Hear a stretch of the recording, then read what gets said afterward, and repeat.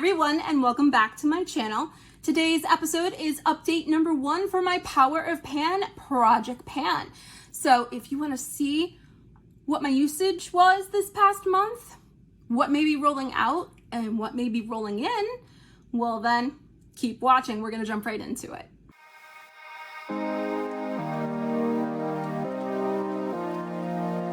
My name is Marie and I am a beautiful mess. Here on my channel, I like to talk about makeup through project panning content, eyeshadow content, really any other kind of content that I can think of. So sit back, relax, and come on a magical makeup journey with me. We're gonna address the elephant in the room first and foremost because there's gonna be some flakage on my face. Unfortunately, for a good portion of the month, in fact, 3/4 of the month, I have been hit off and on with my eyes swelling up. So I'm on a second round of steroids right now. If you are a Twilight Zone fan and you know the episode Beauty is in the Eye of the Beholder, I look like a pig person.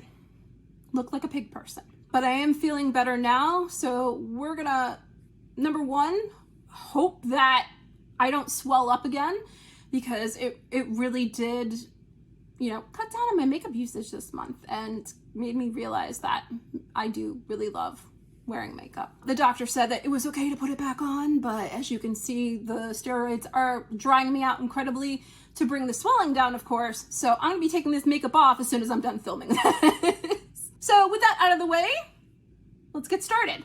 So this is update number 1 for my Power of Pan Project Pan. This is a Pantastic Ladies collab and was created by Nikki Pearson. I'm going to put all of the information down in the description box below for the Pantastic Ladies Facebook group, for Nikki, and for everybody else that is doing this project. This is a project that is focused around the TV show Charmed. Now, I understand there's 2 iterations of it. I haven't seen the second one. I am more familiar with the first one from the 90s, which, cue the 90s lip. Nikki, in case you're wondering, this is MAC Film Noir in their satin formula. This project updates on the 7th of every month. So, hey, I'm not late. So in this project, there's a list of prompts. You could have chosen to roll all of them in or just a few at a time, and I chose to roll 6 in. Good thing, because unexpectedly did not have as much makeup usage this month as I normally do. But I do have some movement, and that's the important thing. Prompt number 1 is for Prue, which is telekinesis, something that you want to move out of your collection. And this was an easy choice because I loathe this mascara. This is the Essence Lash Princess Mascara in the waterproof formula. I detest this because I put this on my eyes. This is what I have on today. And I love how it makes my eyelashes look. But 2 hours, I end up looking like a panda. It flakes, it smudges, and it's just not pretty. One thing that I have been doing this month, though, when I have been wearing makeup, is I am pairing this with a tubing mascara. And that seems to stop the flakage, because the idea of a tubing mascara is that it forms a tube around each lash. So it forms a tube around the flakage. Can I get a tubing mascara for my face, please? Hey, if you can't make fun of yourself, what's the point, right? When this rolled into the project, it was weighing 30.59 grams. Today, it is weighing 30.18 grams for a total usage of 0.41 grams this month. So even though I only wore makeup for about a quarter of the month, I did get some positive usage on this. This is going to be in the project until it is finished, though. So let's hope that's soon. Prompt number 2 is for Piper, and of course, freeze, because that's what her power was. So this prompt corresponds to an anti-aging product. So the product that I chose was my Urban Decay Anti-Aging Primer Potion. Usually when I use eyeshadow primers, I'm using one at a time, so this is going to be in the project until it's done. What was I thinking? I totally wasn't thinking that my eyes were going to swell up and that I wasn't going to be able to wear makeup. But yeah, let's hope that doesn't happen again anymore. When this rolled into the project, it was weighing 16.18 grams. Today it is weighing 15.54 grams for a total usage of 0.64 grams. So again, definitely seeing some movement. I'm not really enjoying this as much as my last eyeshadow primer, which was from the Sephora brand. Realize that it's been discontinued or it's been reformulated into another iteration, which I'm not happy about. This is actually very thin, and I don't know what makes it anti-aging, but I'm just not a huge fan of it compared to the Sephora, although now I'm gonna have to retry the Sephora because it's different. But this is gonna stay in until I use it up, which good thing I have a year. Prompt number 3 is for Phoebe, and of course her power was the power of premonition. So this prompt corresponds to something you predict in your collection that you will love. So I went searching through my makeup collection and found this little gem hiding in the back of my bronzer drawer. This is the Giorgio Armani Luminous Silk Foundation, but it's in shade 11. This was a free sample from Sephora. Shade 11 was the only shade that was available, and of course, this is way too dark for me. But I had the idea to use this as a liquid bronzer, which is why it was hiding in my bronzer drawer. I'd never tried this before, never cracked into it, so it was by my prediction that I was going to love it. And I absolutely do. First tried using this as a liquid bronzer, and that was just a mess and a half, but that allowed me to feel what the foundation feels like on my face, and oh my, is it luxurious. And probably why it's pricey. I wouldn't mind when I work through some of my foundations, when I'm going to be purchasing one, to get this in my actual shade to see how this works. If any of you have tried this foundation, let me know what you think of it before I go and spend a ton of money like that.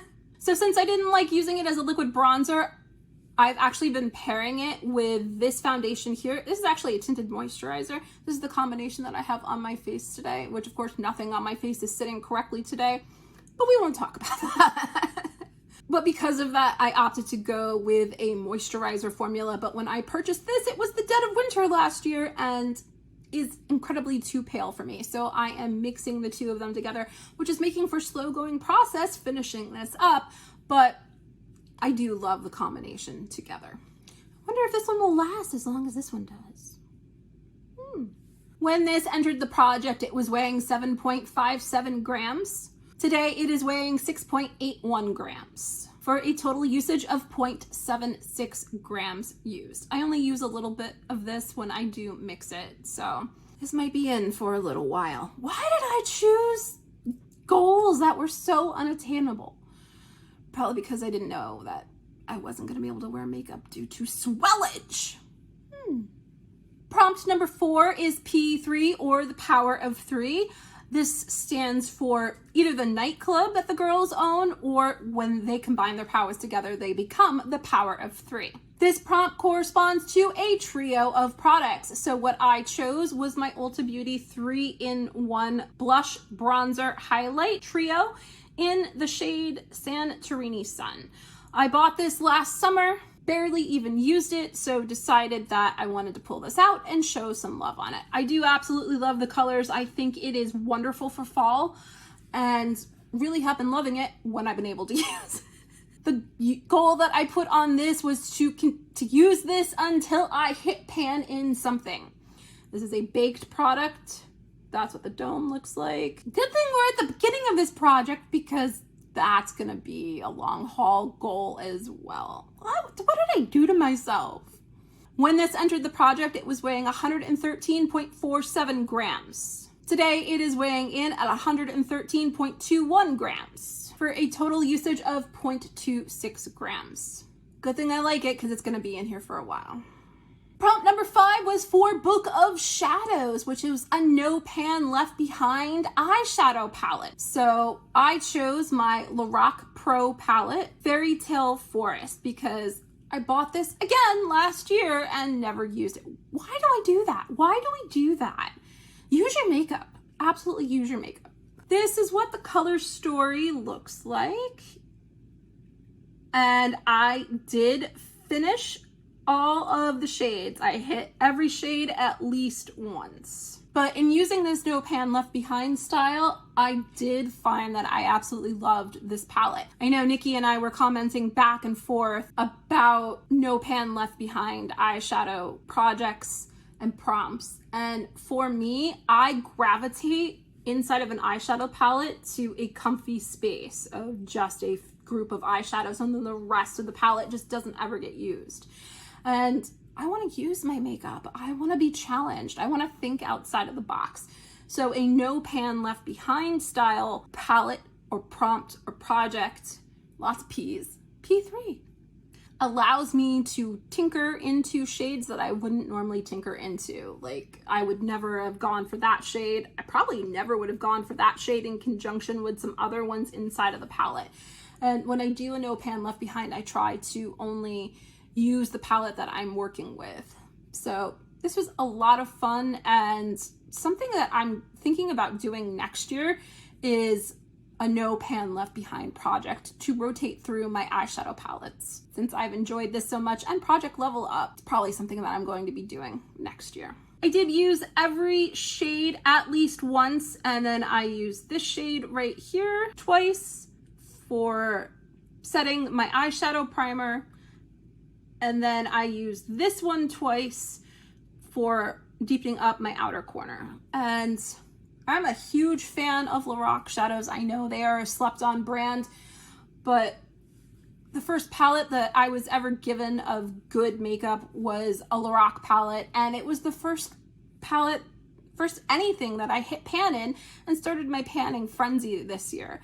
So Lorac holds a special place in my heart. But that means that I actually have something to roll out. Go figure. How did I do that? Because I used this before I swelled. Prompt number 6 is for Page, which corresponds to something you can use by itself or with other products. So I chose this guy right here. This is the Sephora Colorful Gloss Balm. B-A-L-M.